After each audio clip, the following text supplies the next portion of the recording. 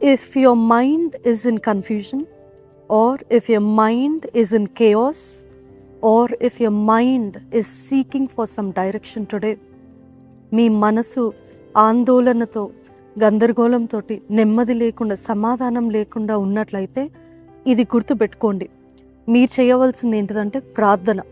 మోకరించి ప్రార్థన చేయాలి. మోకరించి ప్రార్థన చేసినప్పుడు కన్ఫెస్ చేయాలి.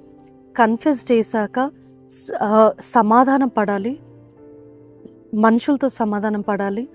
ఆ తర్వాత దేవుని ఎదుట కూడా పశ్చాత్తాప పడాలి. ఇవి చేసినట్లయితే అప్పుడు మీ మనసుకు కావాల్సిన సమాధానాన్ని, నెమ్మదిని, మీ జీవితంలో ఏ ఆన్సర్ కోసం దేవుడి దగ్గర ఎదురు చూస్తున్నారో ఆ ఆన్సర్ కూడా దేవుడు మీకు ఇస్తాడు. అది ఎలా అంటే, God will give you a light, God will give you a revolution, God will give you a conviction.